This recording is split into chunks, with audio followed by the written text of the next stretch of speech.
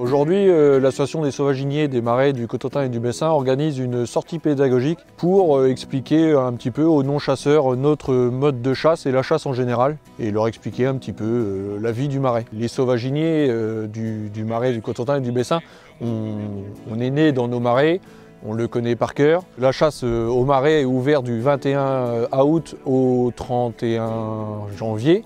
Mais par contre, on y vit toute l'année. C'est pas quand la chasse est fermée, on reste pas chez nous. Donc il y a l'entretien, il y a l'aménagement, le pompage, et puis surveiller. Donc notamment, on laisse nos mares en eau comme ici pour améliorer la biodiversité. On met des oies pour arrêter d'entretenir au niveau mécanique.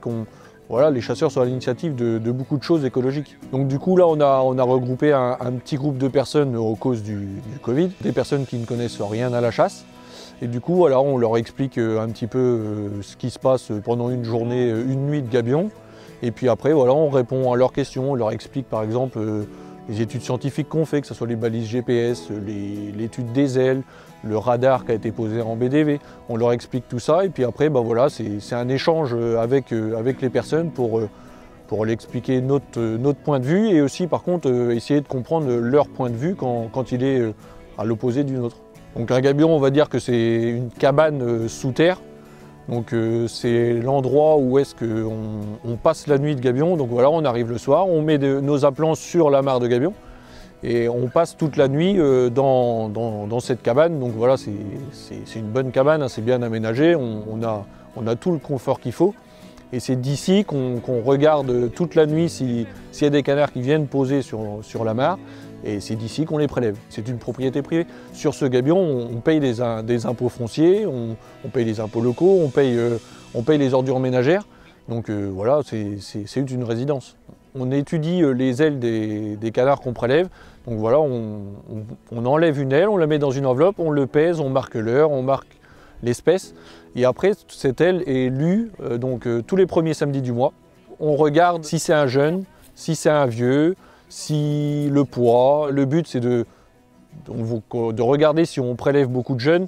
Si on prélève beaucoup de jeunes, ça veut dire que la population se porte très bien. Le but c'est de bien connaître notre sujet pour pouvoir prélever ce qui est nécessaire. Dès que au niveau sanitaire ça va se débloquer un petit peu, on va essayer de faire ça un samedi par mois.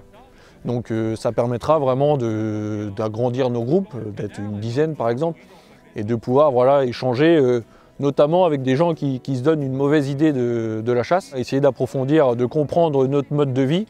Et voilà, les gens repartiront peut-être toujours avec le même avis, mais au moins il y aura un échange qui sera construit et ils sauront de quoi ils parlent. C'est gratuit, il y a un t-shirt pour chaque personne au nom de notre association, et puis un petit gueuleton à la bonne franquette. Du coup, contactez-nous sur notre page Facebook, les sauvaginiers des marais du Cotentin et du Bessin.